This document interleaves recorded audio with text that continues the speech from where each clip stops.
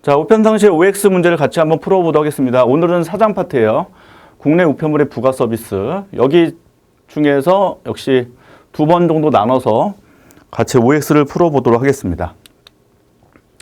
자, 1번 보시죠. 자, 등기 취급의 대상은 우편물의 취급 과정을 기록을 하는 거죠. 그래서 기록할 필요가 있다고 판단한 우편물하고, 우편물 대상이 통화,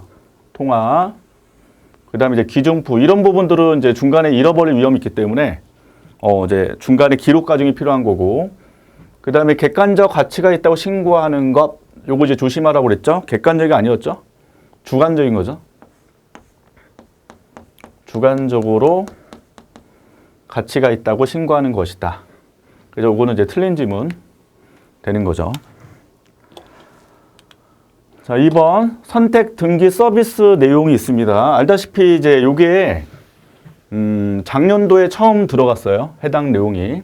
그래서 선택 등기 서비스라는 것은 등기를 선택적으로 하겠다는 거기 때문에, 보통 등기라는 거는 갔다가 실제 수령 사실까지 확인하는 게 일반적 등기죠. 그게 아니라는 거죠. 그래서 우편물을 수취인에게 배달할 수가 없는 경우에는 준등기 취급을 하겠다라는 거죠. 배달할 수 없을 때는 준등기 취급하겠다. 보통 알다시피 등기 취급하게 되면 수령 사실 확인까지도 완료를 해야 된단 말이에요. 근데 없는 경우는 준등기 취급에 따라서 우편물을 배달하는 특수 취급 제도다라는 거고, 이게 정의죠. 그리고 그 전에 발송인이 기본적으로 어떻게 하셔야 돼요? 요청을 해야 돼요. 그래서 요청 없이도 우체국의 우편물을 우편 수취인에 배달할 수 있는 게 아니라, 수취인이 수령이 안 되면 그냥 우편함에 넣을 수 있게끔 발송인이 요청할 때만 가능한 겁니다. 그래서 요청 없이도, 요 말이 틀린 거죠. 반드시 요청이 존재를 해야 된다는 겁니다. 틀렸죠? 자, 3번 선택 등기 서비스의 취급 대상은 6kg까지의 통상 우편물이고, 알다시피 이제 특급 하게 되면 30kg까지도 가능하죠. 특급을 선택하면 30kg까지도 가능하고, 그리고 취급 수수료는 2,100원이 되죠. 그래서 이건 이제 취급 수수료이기 때문에 부가 서비스 수수료일 뿐이고, 가장 기본은 이제 중량별 통상 요금을 부과하면서 취급 수수료 2,100원을 추가해서 받는다는 걸 기억해 두시면 되겠습니다. 4번 선택 등기 서비스는 부가 서비스를 추가로 받을 수 있습니다. 그래서 전자 우편으로 보낼 수도 있고, 그 다음에 국내 특급 있고, 발송 후 배달 증명 있고, 계약 등기까지도 가능하다는 거죠. 대신 이제 국내 특급은 조심할 게 원래 2가지잖아요. 당일하고 일일 특급. 그래서 당일 특급은 안 돼요. 일기 특급만 가능하다. 역시 이것도 틀린 지문이 됩니다. 자, 5번 선택 등기 서비스에 부가 서비스가 있더라. 그중 하나가 아까 있었고 앞에서 4번 문제에서 발송 후 배달 증명이 있죠. 그러니까 배달 증명됐다는 것은 반드시 수취인이 받았다는 것을 증명을 해주는 서비스예요. 부가 서비스. 왜냐하면 선택 등기 서비스라는 게 보통 수취인이 받지 않는 상태에서도 배달할 수가 있기 때문에 이걸 부가 서비스로 넣은 거고, 우편함에 배달 완료가 된 경우에는 수취인이 실제로 받았는지 확인이 안 돼요. 그래서 일단은 청구 가능하지 않겠죠. 역시 틀린 지문이 됩니다. 자, 6번 선택 등기 서비스의 배달 기한은 접수한 다음 날부터 3일 이내죠. 그래서 D+3이죠. 그래서 보통 가장 일반적인 통상 우편물이 D+3이기 때문에 선택 등기도 역시 D+3이 됩니다. 맞는 지문 되죠. 자, 7번 선택 등기 서비스는 대면이에요. 제조 오타예요. 자, 대면 배달이 기본 원칙입니다. 자, 1회차의 대면 배달 시도 후 폐문 부재일 경우 없을 때 우편 수취한 배달한다는 틀렸고요. 1회차가 있고 2회차 있어요. 그래서 기본적으로 1회차 이제 대면 배달을 하는 건데 없을 수 있죠. 그럼 다시금 가져옵니다. 그래서 이 내용은 2회차에 실시하는 거예요. 그 우편 수차하면 배달할 수 있는 케이스는 1회차 아니라 2회차다. 그래서 2회차라고 해야 되기 때문에 틀린 지문이 된다는 거죠.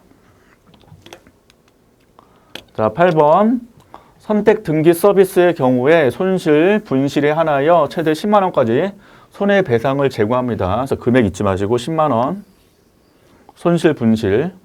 손해배상 파트에 들어가는 거죠, 이게. 자, 배달 완료 후에 발생이 된 경우, 알다시피 우편 수첨에 넣는 경우 있기 때문에 손실 및 분실은 손해배상 대상에서 제외가 되죠. 맞죠?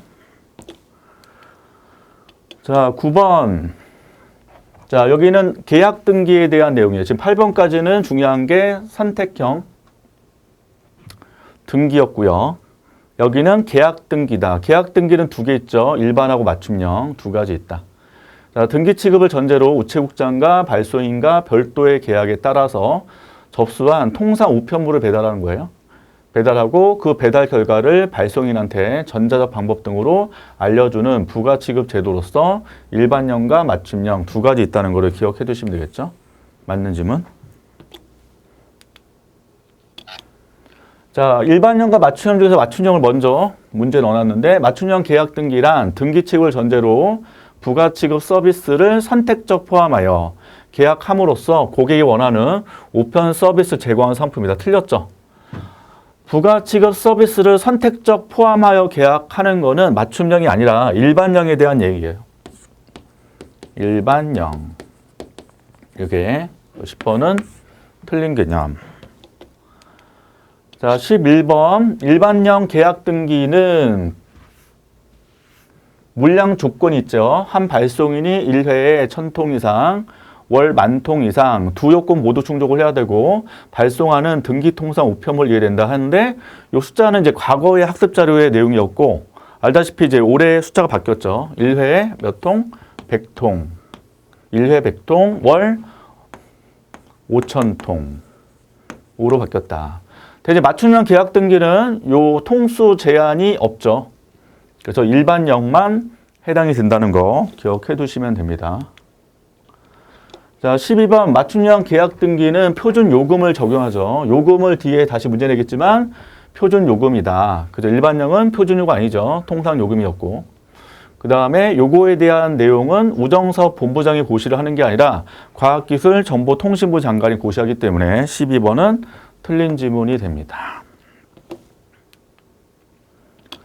자, 13번 계약 등기 서비스의 경우 우편의 집중국 5급 이상 공무원이 우체국장 배치된 우체국이 취급 우체국 가장 기본이에요. 여기 이제 취급하는 우체국 기본인데, 계약 등기는 두 개 썼잖아요. 일반형과 맞춤형. 이 중에서 우편 취급국 등에서는 계약이 가능하지 않는 게 맞춤형이었죠. 그래서 우편 취급국하고 결정국은 제외 요 두 개, 요거는 뭐에 대해서 맞춤형 계약 등기는 안 된다 라는 거죠. 자, 14번 수취인한테 배달을 하지 못하고 발송인에게 반송된 착불 배달. 원래 착불 배달은 수취인이 돈을 내시는 게 원칙이잖아요. 근데 발송일 때 반송이 됐대요. 이런 착불 배달 계약 등기 우편물은 발송인한테 우편물을 일단 반환하고 발송인한테 돈을 받아야 되는데, 착불 요금을 제외한 우편 요금을 받으셔야 돼요. 대신 등기니까 등기 치수로 받아야 되고요. 반송 수수료를 징수한다 라고 되어 있죠.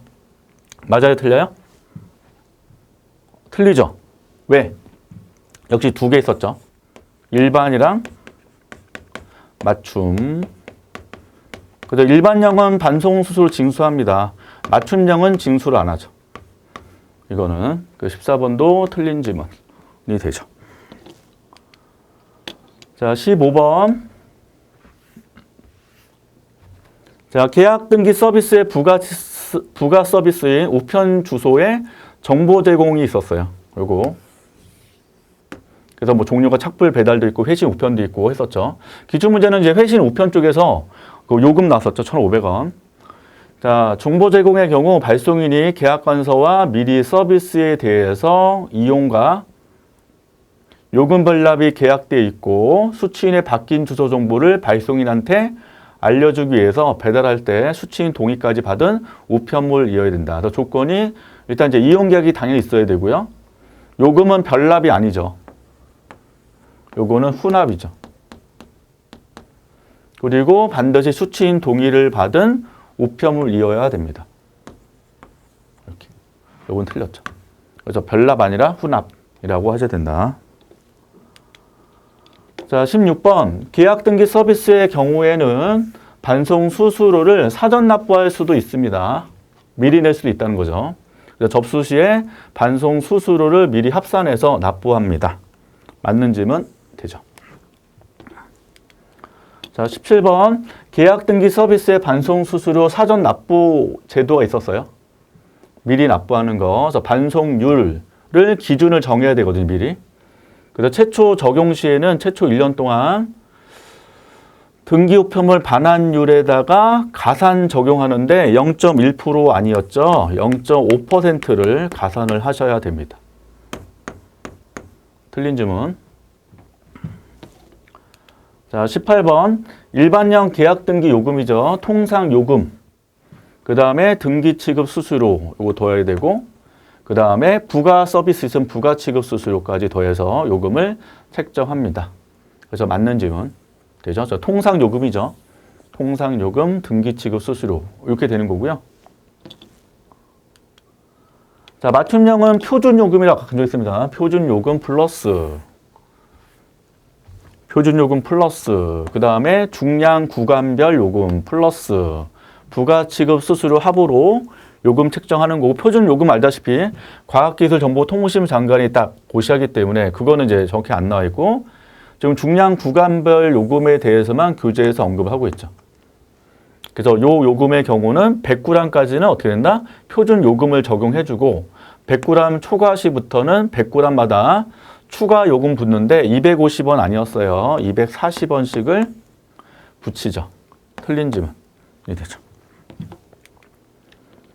자, 20번. 월 접수 물량이 25만 통인 신용카드를 일반형 계약 등기로 발송인한테 보낸 후 반송이 된다면 반송 수수료가 일부 면제될 수 있습니다. 그래서 일반형 계약 등기에서 반송 수수료의 일부 면제라는 항목이고 해당은 신용카드인데 가장 기본이 월 접수 물량 기준이 있었어요. 최소 얼마? 10만 통이 넘어야 되죠. 최소.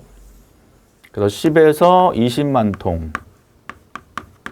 통까지가 1% 이내고 10만 통에서 20만 통에서 30만 통까지는 2%가 되고 30만 통이 이제 넘어가게 되면 3%라고 되어 있다. 그래서 둘 다 이내죠, 이내.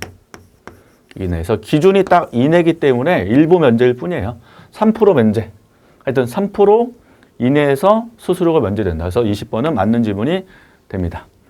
자, 이렇게 해서 1번에서 20번까지 같이 풀어봤고요. 다음 시간에 4장 다시 연결해서 같이 문제를 풀어보도록 할 거고요. 일단 이제 공부하기 전에 일단 교재를 다시 꼼꼼히 좀 봐주시고 OX 문제 통해서 다시 한번 암기하신 다음에 나의 객관식 할 때 또 다시 암기하셔서 하여튼 정리를 여러 가지로 다방면을 좀 해주시면 좋겠습니다. 다음 시간에 다시 연결해서 내용 보도록 하겠습니다.